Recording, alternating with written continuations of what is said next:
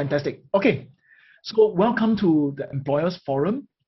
And this is a very special opportunity we have for all of you who are in the audience today. So all the other sessions that you hear today tells you about NUS, about different course offerings we have, about, you can ask us questions about what student life is like, you can ask the students questions about that. But this session brings a completely different perspective. We have Employer Forum. So the people who are in this forum, apart from myself, are employers. They come from different parts of industry in Singapore and beyond. And I told them in the briefing that their responsibility, they don't have to worry about representing NUS. That's my problem. That's my job, right? I want them to do this as a PSA, as a public service announcement. I really want them to tell our prospective students what the world of work is like, not just tomorrow, today, in fact, this is already happening. So this was my brief to them, right? And the title of the forum is Interdisciplinarity in the Workplace. But, it turns out that we didn't even have to tell them this. Many of the things that they were telling me as we talk to them tells us something about the workplace of the future, in fact, of today already. And we want you all to hear that because this is going to be important information for you as you decide on your university choices. Let me just very quickly show you who the panelists are. I'm going to be the moderator, so I'm Prof. Loy. My day job, I'm a philosophy guy, but otherwise I'm a vice dean in FASS. We have Dr. Gog, right, Chief Futurist Officer from the SkillsFuture Singapore. We have Ms. Lorraine, Hanna, who is a Director of Operational Excellence and Strategic Initiatives in Organon and Company. We have Mr. Tan Han Wei, a partner of Wealth and Asset Management Consulting Ernst & Young. And we have Ms. Sherri Wee, Head of Digital Customer Advisory and Insights from Citi International. Okay, so now I'm going to the first round. What I'm going to do is that I'm going to invite each of them to say something, right? And I have specific questions for each of them, in fact, right? So as I bring each of them up, I will flash a screen. Like for instance, the first one, I'm going to ask Dr. Gog to begin with a short sharing on, well, yourself actually, but also on the global trends that shape the future of work and how your team is helping Singapore's workforce adapt to post-COVID-19. Yeah, Dr. Gog, please. Yeah, Prof. Lloyd, thanks for the invitation, and please call me Soon-Joo. I think it's easier. Okay, maybe I just start a little bit about myself first. I studied economics, but I never practiced for a long time. Because my first job, I went into something I really liked, travel. I went to the travel industry for a while. I came back, I joined teaching. I was teaching in Polytechnic, and then the opportunity arose. I was invited to join the public service. So that you can see that how my career evolved in a very interesting manner. It's almost like a happenstance theory. Talk about the dots join when you look back and not forward. And I was very fortunate to get a sponsorship to do 2 masters and a doctorate in education. So I really appreciate what my employer given me the chance. Currently, I look after the skills development group in SkillsFuture Singapore. My role is a Chief Skills Officer. So what does a Chief Skills Officer mean? Essentially, I work with a team of brilliant people. They are from multidisciplinary. I must say they're multidisciplinary from different disciplines. They are history major. They are, of course, com science major. They are manufacturing engineer major. All came together. One team of them are job skills analysts. So they analyze global trends in terms of business model change, operating model change, technology deployment. We also look at investment data. Very interesting, right? Investment data, IP filing data, in order for us to project and say that what would be the impact on jobs and skills. So they look at this on an ongoing basis. They not only have to analyze, they need to be able to write and communicate. I have another team of people, 6 of them, very small team. They are data scientists. So they look at data, they look at machine learning, they look at all sorts of data, you won't believe it, in order for us to triangulate and say that, hey, what is the trend in terms of job changes, new job emerging, and how are skills shifting? And then I have 2 brilliant ladies in Future's office. They look at commissioning things that is beyond our imagination, potential future of jobs, future of learning, future skills. So they work with researchers. They have to manage complex projects across global teams. So these are the team of people that whom I work with. So I'm very privileged to work with them. So maybe I just quickly give you a glimpse of what we saw over the last few years. Number one is the whole world, the economy is going into a digital era. And number two, all of us must be mindful of is industry boundaries are blurring. So you can no longer say, oh, is Grab transportations a company, or is it a fintech company, or is it a food delivery services? So you kind of have to have the mindset that you cannot put a hand to this is a sector on the join. So be prepared that these are actually shifting all the time. The tectonic are shifting. So because of these two contexts, we have three observations. Number one, all the job roles that we are going in today or in the future will have key two parts. One part is we are some sort of technologies because we cannot work on our own. We need to work with machines. When I say machine, it can be applications, it can be real machines, it can be laboratory, but we all have to work with some form of machines. Number two, things that you cannot forget. Part of the number one is we will never work in the room or machine without people. Basically, the work environment will always have people. So the hard skill, soft skill are essential. Number two observation is be prepared that our job content will keep changing. Why? Why keep changing? Because business model are changing, operating model are changing, and tech deployment are changing. And with the turnkey solutions, technology solutions, things can make simple. So we expect to say that your job content will be changing. You'll be shifting on this kind of job or that kind of job. So the hybridization of job is happening already. So I prepare for that. The third point that I want to talk about is because technology is pervasive and knowledge is everywhere, it kind of democratized. All of us can be the next billion-dollar solution breaker. We basically can create solutions without having to wait for instruction from someone else. I think that is a kind of three observations I just want to quickly summarize for the audience. Thank you. Thanks so much. It's really quite inspiring, actually. Yeah. Let's move on to our second panelist. This is Miss Suzanne Lorraine Hanna. She is very experienced as an entrepreneur, but I want her to, well, not just share a little bit about herself, but also share on how COVID-19 is changing the pharmaceutical or pharma and healthcare sector and the future growth potential. And why are we even talking about this in a CHS outreach? You'll hear in a moment for yourself. Miss Suzanne, please. Yes. Thank you, Prof. Loy, and thank you for the invite. I really appreciate the opportunity to collaborate and actually contribute to the thinking of these students. It's an interesting question. So a little bit about my background, just briefly.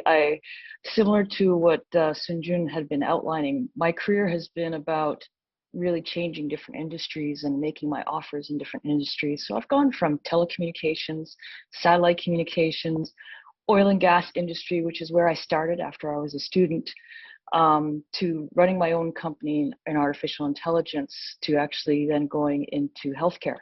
And actually, I've only been in healthcare for about 5 years. So talk about really pivoting and having to take the lessons that you learn along the way and quickly adjust and acclimatize to a different industry or a different set of practices and different set of backgrounds. How has COVID really been changing the pharmaceutical industry? There's a couple of things that I've been observing. I think it's been in the works for a while, but it's kind of accelerated in that the pharmaceutical industry, I would say, as a whole, or healthcare, has been relatively slow to adopt technology. I remember reading that even in South Korea, physicians were battling against the whole aspect of telemedicine. And now all of a sudden it's been forced upon us where we have to begin to say, what do you do with this technology? And so this intersection of technology and the practices within an industry, I think we're really having to work out in pharma and healthcare. There's been the acceleration of technology, and I think also there's been the ways that we work. So not just the patient physician relationships, but even within our companies actually, comprised of many different facets. We have a manufacturing capability. we have a commercial arm, and we have a research and development arm, and those three have to work together. And oftentimes, as you guys know, and I'm sure the university has seen this as well, there's always been this emphasis of being there in person and being in the office, right? And working together in certain ways in the office. And all of a sudden now with COVID, internally, we've had to really adjust and say, how do we leverage and use these technologies to do things remotely and apart, but still keep that human contact? So those are some fundamental ways and shifts that I've seen, but I'm open to questions later on if anybody has some questions. Thanks so much, Ms. Susan. Actually, so some of the things that have already been said by the two of you, you and Soon-Joo, already touched base with a question that came out, right? How does interdisciplinarity help? I think that one important thing is that now you can begin to see why we care so much about making sure that in the common curriculum, students have to learn things like AI, computational thinking, design thinking. This is not kind of like, we didn't just make it out of nowhere. We've been talking to employers for a long time, and we know that these are things that are needed. And yet, at the same time, as both of them also emphasize, the people dimension never go away. In fact, they are also being emphasized as well. That's why we also want the people who already know their AI and computational to have that enough of that exposure to the soft skills and to the humanities as well. Let me move on to the next panelist. This is Mr. Tan Han Wei, Ernst & Young. So my question to you, apart from a brief introduction of yourself, will be, how is as data analytics and AI become more and more prevalent in the working world, perhaps you can share a little bit about how you've been helping, say, the clients link technology to business strategy, gain insights on data, leveraging emerging technologies to improve business performance. Hey, thanks, Prof. Lorraine. Very happy to be here to share my insights with the students and also with the fellow panelists. Bit of intro to myself. I am an NUS alumni, was with electrical engineering, and I also have a financial engineering degree from the Faculty of Science. So, I work in the consulting arm of Ernst & Young, specialized in wealth and asset management clients.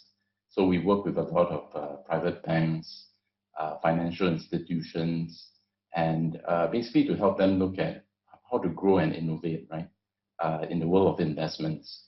So I think very briefly, Soon-Joo, basically she touched on it earlier, right? The world is really moving very fast and rapidly.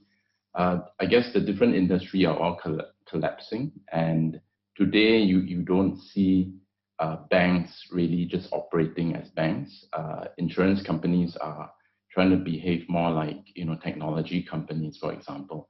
So in a lot of work that we do in EY in consulting, and Prof. Lloyd specific to data analytics and AI, it's really about helping clients change, right, and grow their revenue, change their products and services, just really think about how they innovate using data. And if I give some insights into the data world, there are two perspectives. One is about, I think for a lot of institutions, particularly financial institutions, they have a lot of data about customers, about the marketplace, social media data. So one of the things that we do see a lot, right, is how to get this fuel, this data fuel cleaned up, managed, and getting it to a hygiene level, right? And effectively, beyond that, then it's using that data to then drive analytics and what you call visualization, and really create, help business decisioning and business outputs, right? So these are the two areas where we manage data and then really push that data to answer questions. And that's where artificial intelligence, machine learning, and really trying to detect trends within that data comes into play, right? Some of the examples that we've had with clients, private equity firms, private banks, asset managers, for example, they're really interested in using data in the market to come up with, say, investment ideas. In the private market side, looking at what kind of companies you can invest in, which companies are sustainable, for example. Are they a good business to invest in? All these comes through data that are absorbed into operations and systems. So that's kind of like the 5-minute summary, myself and also what we do. Prof. Lloyd, back to you. Thanks so much. Yeah, I was just thinking about the things you were saying. Yeah, and in fact, there are some questions that are already coming in already. I'm going to ask you or put you on the spot later. But let me move on to our fourth, not the least, a panelist, and that's Ms. Sherri Wee. She's from Citigroup. So, Ms. Wee, perhaps you can tell us, well, first and foremost, tell us a bit about yourself, of course, but share on the digital transformation in the banking industry and how this is impacting the future workplace, actually. Please, Ms. Wee. Okay, hi everyone. So I'm Sherri, and I work with the Citibank International Personal Bank. So we are pretty much the offshore unit within Citibank itself. Okay, for myself, I head up the digital client advisory and insights team. So my boss heads up he's the head of business intelligence, CRM, and of course the digital segments. So the digital bank area is what I'm taking care of in the offshore space. In terms of my journey, I think it's really been quite interesting, I must say, come to think of it. I was from NUS, and I had a degree in literature, English literature and sociology. Those were my majors, and I had minors in business. And I was always interested in investment advisory and passionate about that. So that led me to the banks. And then through, I think, many opportunities, you learn about projects, and technology was something that was constantly in my area of scope of work for some reason or other. So I don't want to go into great lengths, but my exposure to it and comfort level with it was something that I think I grew with over time. So much so that I also do insights and handle big data visualization. So we are talking about digital transformation for the banks right now. I think one of your questions earlier is how is the banking industry, how do the industries actually cope with the changes, especially during this COVID situation? And I think the projects that we have actually worked on in the past 3 to 4 years really held us in good stead in the past year. Extremely grateful for the things that we rolled out, because customers all over the world could actually access the necessary information, sign things digitally, have things sent back on the back end. All of that gets processed and efficiently. Customers were stunned. They said, we thought it would take a long time for you to get things sorted out, and it's amazing, incredible, right? How things were actually settled so quickly. And I'm really thoroughly looking forward to what we are building for the future, because I think in terms of value of what that gives our customers, it's something I'm truly passionate about, giving good investment advisory, real value to our customers in terms of information, advice, what they can do with their money, and how they can continue to manage that for themselves in the future and for the generations to come as well. So yeah, in short, that's what I do. Thank you so much. Fantastic. Yeah. Okay, so there are some questions that are already coming in already, and I want to sort of abstract them a little bit, 2 slightly different directions, and in a way it doubles down on the things I've been talking about. You guys have been talking about. Technology is important. We are in a digitally driven age, whether we like it or not, and that's part of the reason why the common curriculum is designed in such a way that we want all our students to know at least that little bit of AI and computational. Even if you don't become a specialist in it, you got to be able to be comfortable with it. You got to be able to deal with people who are the experts in it. But the reverse is also true. We want our technologists and our people who are very, very good in their AI and their science and all that to have that bit of exposure to humanities and social sciences, right? So here, maybe let me ask it from one direction first. So one student asked, I'm going to, if I'm going to study a very specialized tech degree, would studying the humanities help me at all in either personal or career development? All right. So I would anyone want to start with this? Right. So perhaps the person is thinking of taking up a minor in the humanities, but it doesn't even have to be like this, right? I don't know who. Would anyone like to go first? Hui, you want to go first, or perhaps Soon-Joo want to go? Anyone? Yeah. Susan raised her hand. Maybe Susan could go Susan, first. please, yeah. Thank you. I would say yes to the student. Thank you for the question, and it's a great question. I know that it's something that I asked myself early on in my career.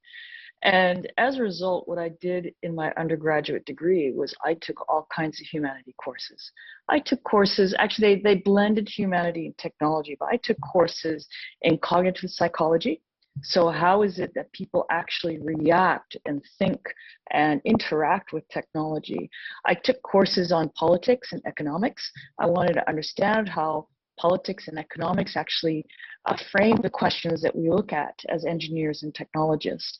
I took courses in conflict analysis, where I actually used modeling to actually model conflicts to give me a different appreciation to how to resolve conflicts, which always happen in the course, both at an international level, but even at an organizational level.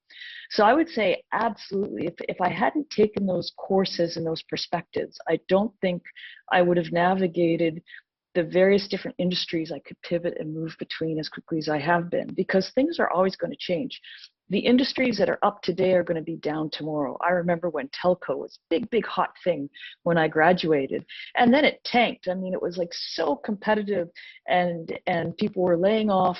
And if I didn't have that ability to actually blend those disciplines, understand what's fundamental, and be able to quickly pivot and to continue to learn, I wouldn't have done it.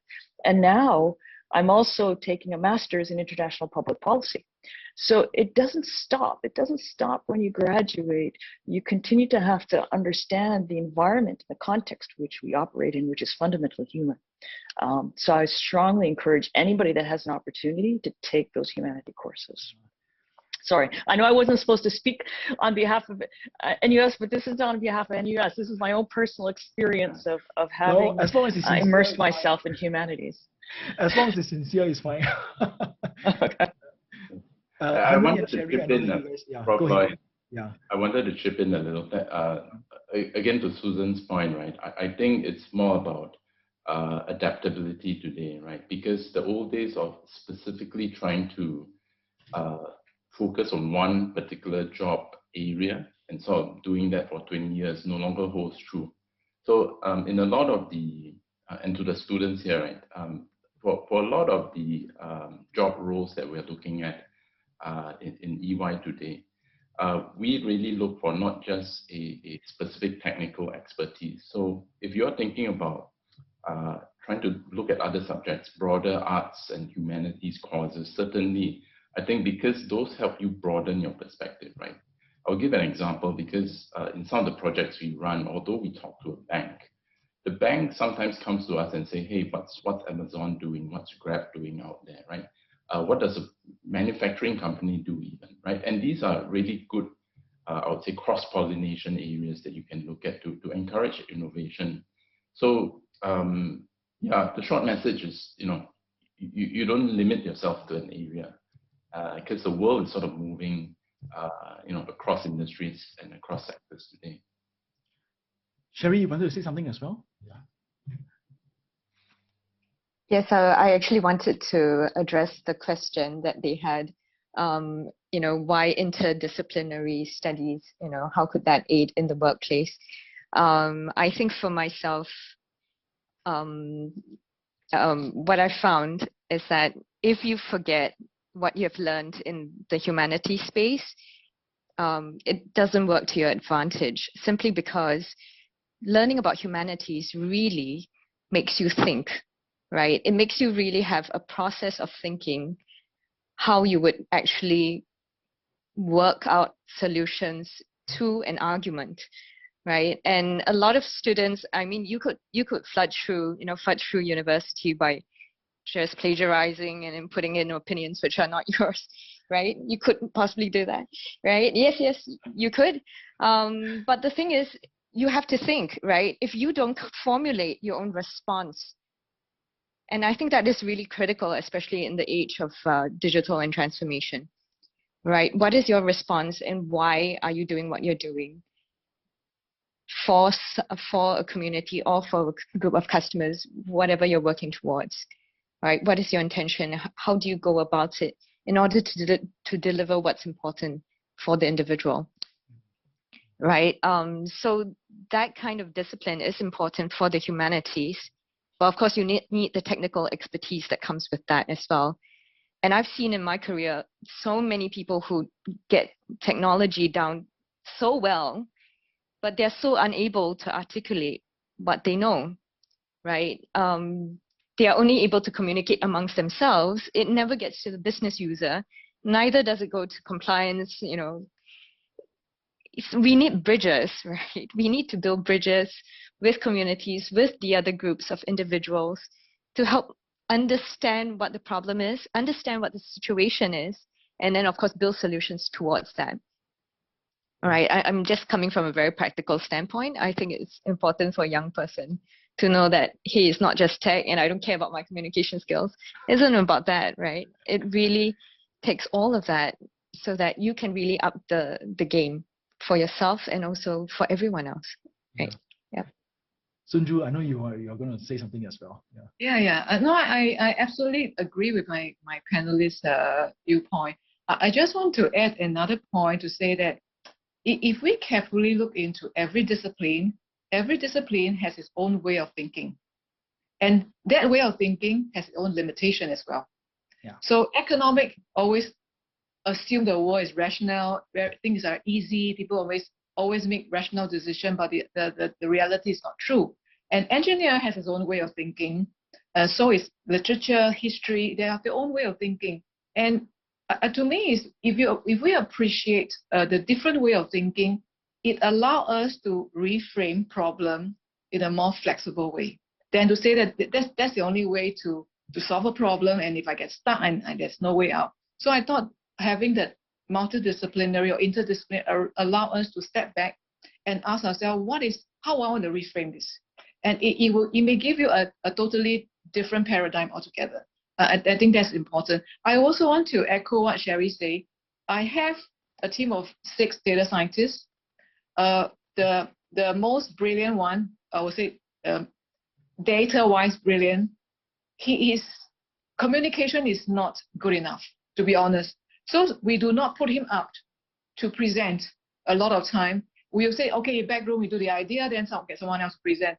And now we have to train him up in terms of how do you articulate your idea in that confidence manner? Because it is your hard work, but I always get someone else to present. It's not fair to you. So I just want to say that when a problem comes down to a team of data scientists, they have to ask, what does the requester actually wants from me? It's not about which algorithm I'm going to apply, and then this is the dashboard. But what story can you tell them so that you can answer the question? So I would think that the kind of knowing clients' needs or knowing what's request, knowing how to present it back. It's not about PowerPoint presentation. It's about story. It's about how do you create a storyline, the narrative to tell, to answer the questions. I think that is quite important.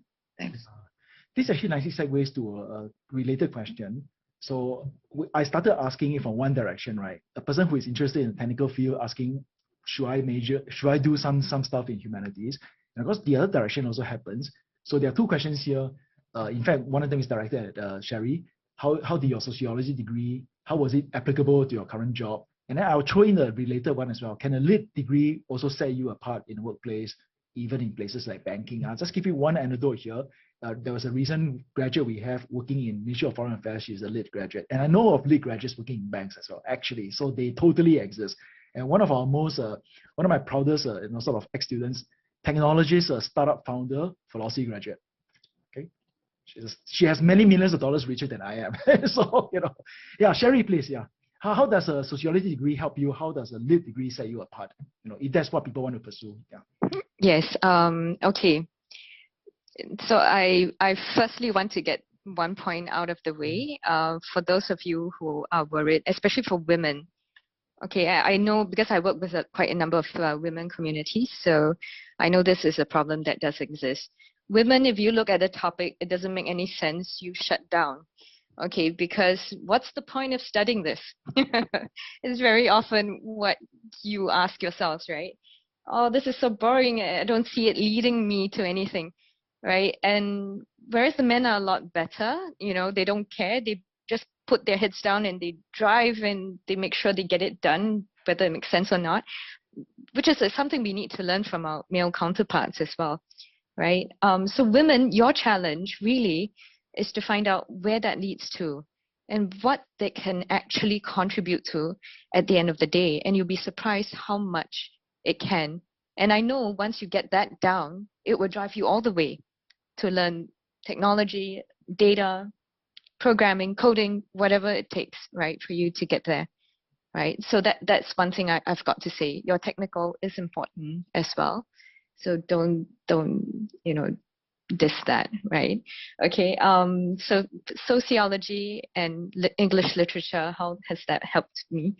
Okay, interestingly, not many people write well in banks.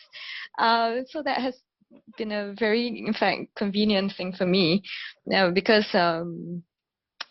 being able to write well, you know, people look at things differently. Your ability to write where you give perspective, where you articulate things well, right? That is actually a treasured gift, right? And especially when it comes into areas like investment advisory, where the language is extremely technical, heavy going, you need to be able to encapsulate that and to make that easy for your customers to understand.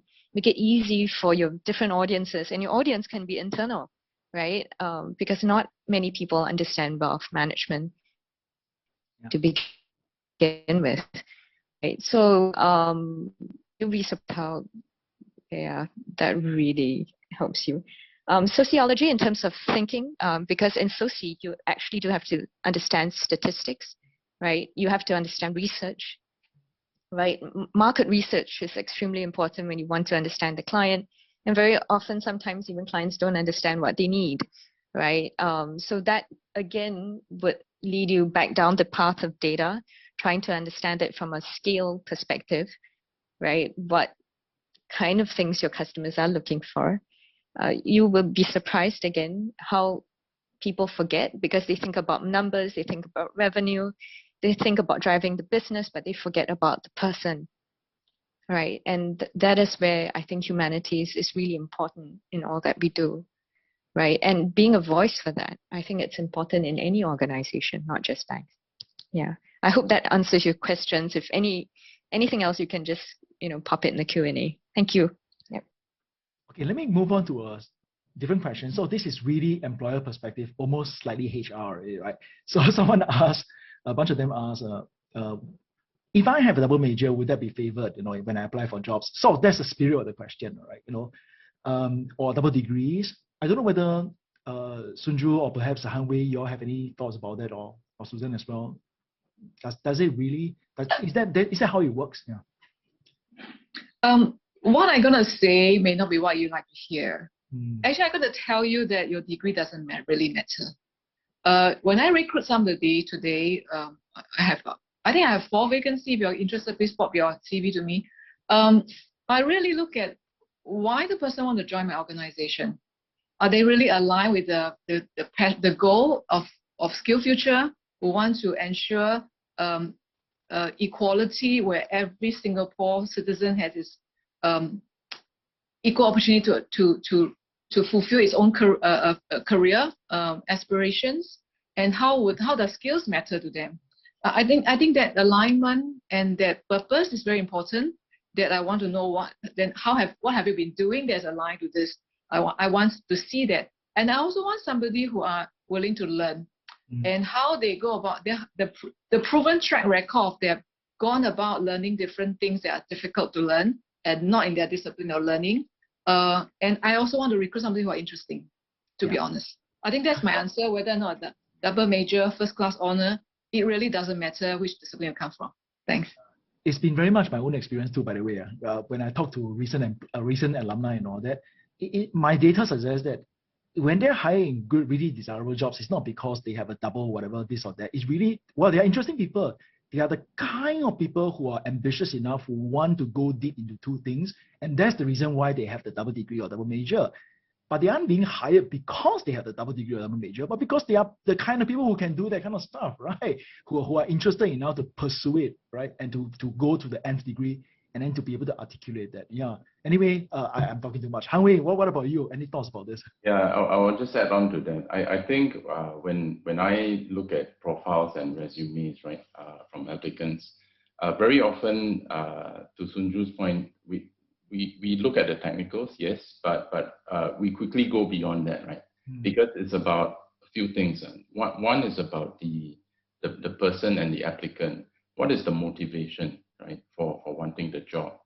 And usually we might ask behavioral kind of questions to say, in a challenging work situation, how did you react? How do you get people together to solve problems? And in fact, I also often am a proponent of checking for, just general awareness of the world, right? What are the latest things like news you hear about? Who are the people you admire? Because very often when you look at solving problems, it's the technical side is there. And what really then differentiates the person is whether the person is able to adapt and does have a good sense of the trends in the market, right? So I would almost say 70% of any interview, I would tend to look beyond the technical. Yeah. Yeah. So, yeah, that's right. So I want to emphasize that point, right? It's great if you want to do a double major and double degree. We make it very easy for you to do that now compared to the past. Do that, pursue that. But don't just think that you're doing it, you have checked off a box that somehow made you look better. That's not how the employers think about you, actually. They want to see you shine, right? If you are the kind of person who has that kind of motivation, you will pursue these things. But these things is just the paper cover for the real stuff, right? Actually, I want to move to a slightly different question. Maybe Susan can take this one on. How should I decide which industry or career is suited for me? Oh, this one is tough. I get asked this all the time by my students. Oh, yeah, that's a great question. So I think, I was very fortunate in that I went to University of Waterloo, where I was changing jobs every 4 months, right? So you go to school for 4 months and you work for 4 months, and you go to school for 4 months, you work for 4 months. And I think that what I learned in that process was I was interested in multiple industries. Every industry was interesting in its own way. So what I started looking for instead was, what am I interested in at this point in time, right? What is it that I want to learn about? Where is it that I think I can contribute? And who am I working for? What am I going to learn from the person that I'm working for? And actually, to this day, I'm still driven very much by that. If I have a choice between a promotion and who I work for, I will pick who I work for as more important. And then the role in the job, like what is the scope of that that I can contribute to, and how important is that, right? Like how is it making the organization better? How is it making the world better? So I think in terms of industries, I think my advice to students would be, try a lot of different things. Just try it, because at this stage, you don't know. And even inside of an industry, it's so nuanced. Like in our industry, like I said, you have manufacturing, you have research and development, you have a finance organization, you have an HR organization, you have a data analytics, you have information technology. So inside these organizations, there's so many different aspects to the roles that even once you're inside an industry and inside an organization, you can move around and try different things. Try as much as you can. This is a time to do it. Fantastic. Han-Hui, you want to add something to that as well? Yeah, sure. For me, I always think of, I guess, career direction, right, in three aspects. Think of three overlapping circles, right? One is what I call the industry. The second is what I call the solution area. The third is the role that you play, right? So you think of them as three concentric circles. And my advice to anyone is really to maybe pick two out of the three and say, I'm going to specialize in, let's say, data analytics in insurance, for example, right? Because the market today, the challenge here is that if you're too generic, is a challenge because employers want someone who has specific skills. But on the other hand, you don't want to go too deep either, right? So it's sort of, you have to pick your poison across these three areas in my mind. Which industry, which solution area, and really what's the role you play? Are you more tuned towards delivering projects, or are you more of a business development person? Entrepreneur, maybe. And over time, I guess, to the students out there, in the initial years, it's important to experience because you have a lot of energy, right? And I think, even from a personal example, I tried all sorts of things, right? When you're young. Probably around the 5th or 6th year, you start to get a sense of which are the specialisms that you're interested in. And then you pick 2, right? 2 or 3. And then you start to go from there. And remember, the world is never constant, right? So be adaptable as you go along. Yeah, fantastic. Very interesting question. May I know the difference of having a major and having a degree? Okay, I'm not sure I completely understand. May I know the difference of having a major and having a degree in looking for a job? I guess maybe the difference, okay, so maybe you are a technical degree person, but you have a second major in something. Would that make a difference? That's one way to think about the question. Does it make a difference whether you have the whole degree or you just have it as, let's say, like a second major? I think if I go back to what Dr. Gog and the rest have been saying, in a sense, it's kind of not really, especially for a whole range of jobs. That's my sense of it, right? A lot will depend on the particular jobs you apply to and the particular industries. That's my sense of it, right? And all the other things seem to be so much more important than merely what you have on your transcript anyway, right? Let me ask a slightly different question. So how do you think the social science sector would change due to technology? Now, there really, okay, so this is a bit of a, I need to educate you first. There is no such thing as a social science sector unless you're in academia, right? So leaving the pros aside, there is a social sector, and there are plenty of industries and sectors out there that employ social science people, right? Obviously, including sociologists and political science people and so forth, including banking, for instance. Do you think that they will become more important or less? So let me ask you this way: will social science become more important or less in the employment landscape? I would imagine that this is kind of it's complicated, as you will say, right? Soon-Joo, do you want to say something? Because you're on SkillsFuture, I think you're in the best position to answer this. Yeah, that's a very interesting question. My personal take is that we will need all sorts of discipline to come together. Whether is it social science, is it arts, is it technology, is it engineering, medicine? The whole society, or the whole nations, or the whole economy will need all sorts of people to coming together. So you would ask me whether social science will get more important. I would think that the important will go away. Just like Sherri mentioned about what an individual will learn in sociology or in philosophy or in economics, that kind of thinking, or even literature, that kind of thinking will be, I think the benefits is long run. So I don't want the students or the prospective students to conflate between my first job and then how would this learning in a university help me in my life. I think there is a short-term, immediate, like, what I get a job, what kind of pay, vis-a-vis what would I learn in order to be able to continue to learn. I think every discipline give you this frame. That's why I told you that because of the theory, the way of thinking, it gives you the way of thinking.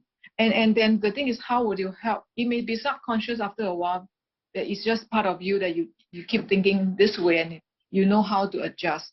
And I just want to give an example. Recently, I interviewed an intern from NUS year 3. He's mathematics major. He's from young, he's crazy about math. Because I asked him, why do you study math? He just mad about math. And I thought he will make a very good PhD student because the way he explained to me. And he wanted an internship with me because he wanted to drive policy work. I said, fantastic, come and join us and see what's your makeup. And what attracted me to recruit him is because although he was a math major, he's an NUS rock climbing team. He joined a lot of hackathons to learn coding, and then he created some products, some applications. I think So to me, to answer this question, it's never about which discipline is more important than the others. It's how you made out of it. I think that's my answer. Thanks. Susan, you want to add something to that as well, because you also have an interesting experience that kind of speak to this. Yeah, I think that what I've seen happening over the last 20 years is that there's been an increasing appreciation for the complexity of problems. I think we used to think that problems were relatively simple, and so we would approach them and solve them in a certain way without realizing all the different touch points and consequences of solving them certain ways, whether it be problems about the environment, problems about industry, problems about how do you increase your revenues. And as a result, I think one of the things that social sciences brings to the table is a breadth of asking the questions and framing the questions. I think it was Soon-Joo that said that in a certain way. This aspect of reframing problems and the perspective that social sciences brings is super critical and important, especially when you start seeing the degree of conflict and the increasing conflict as a result of the increasing complexity that we have in the world today. So my thought process, my inclination is to say, actually, social sciences will become more important. And in fact, when I launched a digital health studio for MSD here a couple of years ago, I think I was the first one in the company to intentionally hire an anthropologist, right? Somebody with an anthropology background, because of the perspective that they brought, because I realized we're not cracking this nut, we're not solving the problem. I probably need to bring a very different perspective to the table in order to solve the problem, and where could I reach into that would bring a different perspective. So I do think social sciences will become more important. I think that they're not uniquely more important. I think it's just that their presence at the table will become more important, if that makes sense. Okay, we're actually drawing closer and closer to the end of the session already. Let me quickly just do two slightly different questions, and then we can close with the final remarks, right? So one of them is, how would a student, okay, so try to get into the student's perspective, right? I'm studying degree X, but I'm thinking whether I'm still suitable for some other industry that appears to be quite different. So maybe I'm studying sociology, I want to go banking. Actually, that's not that unrelated. I just met a sociology guy in JP Morgan 2 years ago. So I don't know, people think that it's not related, but actually they, like Miss Susan just said, pharma people just hire anthropologists, right? So maybe the way that, how do I help myself sort of how do I know that what I'm doing is applicable in the other industry, which seems to be at least completely unrelated? I don't know whether Hanwei or Sherri has any thoughts about that, right? Let's say a lit major shows up and want to figure out for the person, for herself, whether or not it's something that's, Ernst & Young is somewhere that she can join. How would you advise her, for instance? Yeah, Prof. Lloyd, let me take a step. Yeah. So the first, I think, from a student perspective, if you're applying to, say, the consulting industry, the very first thing you need to think about is what I call transferable skills, right? Critical thinking, strategic thinking, the ability to formulate hypotheses around problems, right? If there's a given business problem about, let's say, why a bank, for example, it's not getting the revenue it needs over the last 3 quarters, right? Then just really framing that in terms of what are the possible hypotheses and trying to get the data to support that. And really that kind of thinking to me it's available whether you are a humanities student, whether you're a science student. It's just about critical thinking. So I think that's the first important area that I think about, transferable skills, right? The second one is, I think, in order to prep for, at least speaking from EY's perspective, think about the areas that you are particularly interested in. So for example, right, if you're studying history or literature, but you have a little interest in fintech or innovation through data analytics, try to pick up some of that in your spare time. I remember when I started my career, I was trained as an engineer, but at the time, this was the early 2000s, there was a switch to IT and software. So what I did, and I wanted to join at the time IBM, right? which was where I started my career. It was in software. Trained as an engineer, I didn't know computer science at all. So what I did, well, I took up some weekend jobs, right, with someone, and just put in some time to learn about programming. And from there, I sort of said, when I entered the interview, I said, look, I put some spare time into programming. Here's what I learned. And the interviewers appreciate that, right? Because it shows your dedication and commitment to learn the area you want. So I think the net of it is some basic skills. From consulting perspective, basic skills in terms of thinking, being clear in your thoughts. And the second one, pick 2 or 3 areas that you're particularly interested in within the job profile, and demonstrate that you have dedicated your attention and your motivation towards those areas. Yeah. In some ways, it's not even very different from how we interview people for residential colleges. We want to know what you're interested in, what have you done to pursue those. Correct. Correct. Yeah. And employers can tell, right? Usually, if you're prepared for the standard questions like strengths and weaknesses and all that, it's a little bit run of the mill. But if you're something sort of like a X factor within your resume, you've done something, you've done a community project, because I'm really interested in this area, it does come true during the interview, and straight away the employer will pick it up. Yeah. Okay, we do need to wrap up. I wish this can continue for another 5 hours. No, just kidding, not 5 hours. I'm going to invite each of you to say one last parting sentence or 2 word of advice to all these prospective students. They're not even in university yet, right? One last final bit of advice. So then let's start with Sherri. Let's go reverse order. Sherri, you go first. Yeah. Okay, wrong button. So, okay, just wanted to say that really this is a journey. If you're going into school, taking up courses, thinking that I only have to do this degree and it ends here, please don't. If you take on that attitude, you will not grow in your whatever scope that you are taking on in your careers. You would have to be humble, keep an open mind, don't, hide in your corner. I always tell my staff, you're not a princess. Please come out of your cubicles and talk to people, engage them, right? You will learn so much more, and that journey will be so much more enriching for your lives. So I would encourage you, don't hide there. Be nice, get out there. Yeah, that's all. Yeah. Han-Hui, your turn. Yes. Yeah, I guess my takeaway is just 2 things. I started with the word adaptability because the business world has changed, right? So I think solving problems is no longer one faceted, right?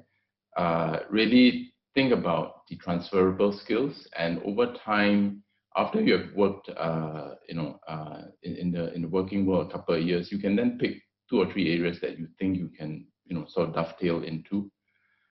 Be that an industry focus or solution focus. The second point, I think, really for the students, when they come out into the working world, the initial years is a time to stretch yourself. So, if there's certain areas, and I know there's concerns, maybe thoughts about, if I study this, I study that, is it going to set me up correctly? My feel is that if you have a field that is 80% where you want it to be, and it feels right, and it's about there, just go for it. Because sometimes you never know until you try, right? And over time, after you've started, you just get the sense of what you like, right? That's my 2 bits. Fantastic. Susan, your turn. Yes, thank you. I think building on what my fellow panelists said, I mean, there's this theme I'm hearing about learning. And so my advice would be cultivate curiosity and an orientation to provide good quality help. If you cultivate curiosity and an orientation to provide good quality help, I don't think it really matters what you end up studying. You're going to go in directions that are going to provide value, and you'll find work always. Thank you so much. And Dr. Goh, of course. Yeah, thanks. I fully agree with all my panelists' advice. I have 3 points, very simple point.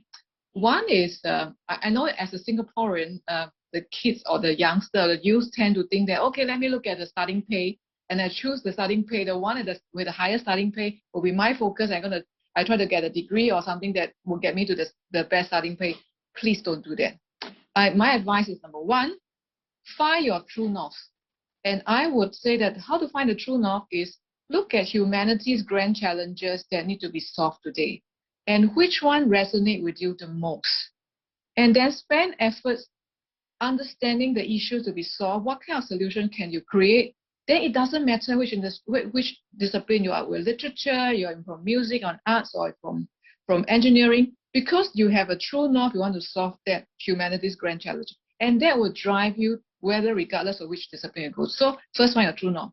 Second, I think is be prepared that we will have multiple careers in life, especially people below 20 like yourself. You are likely to live to 100. You have many careers throughout your life. So be prepared to have multiple career paths. And so the only identity you need to assume now in future is you will always be a working learner.